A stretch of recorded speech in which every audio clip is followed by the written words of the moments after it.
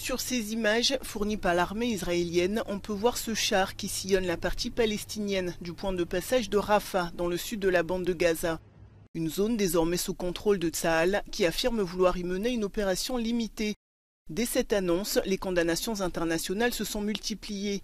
L'ONU, qui juge cette opération intolérable, affirme que les autorités israéliennes ont empêché son personnel d'accéder à Rafah, alors que ce point de passage stratégique permet de faire entrer l'aide humanitaire dans la bande de Gaza. L'Union européenne a également fait part de son inquiétude.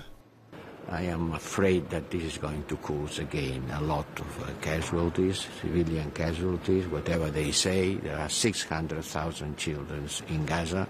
They will be pushed to the so-called safe zones. There is no safe zones in Gaza. Depuis des mois, l'armée israélienne mène par ailleurs d'intenses bombardements à l'intérieur de Rafah. Dans la nuit de lundi à mardi, des frappes ont fait au moins 23 morts dans la ville. Dimanche soir, au moins 16 personnes issues de 2 familles ont été tuées. Alors que plus d'1 million de Gazaouis se sont réfugiés à Rafah pour fuir les combats dans le nord de l'enclave, la population livrée à elle-même ne sait plus où aller. Certains tentent malgré tout de quitter la ville, l'armée israélienne ayant demandé à une partie des habitants de Rafah d'évacuer la zone. En tout, environ 100 000 personnes seraient concernées par cette évacuation, qualifiée de temporaire par Tsahal. Après 7 mois d'une guerre qui semble sans issue, en Israël, la population s'impatiente et manifeste régulièrement contre le gouvernement de Benyamin Netanyahou.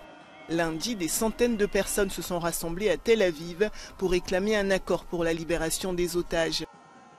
Alors que les négociations entre Israël et le Hamas piétinent, le Qatar a annoncé avoir envoyé une délégation au Caire pour poursuivre les pourparlers.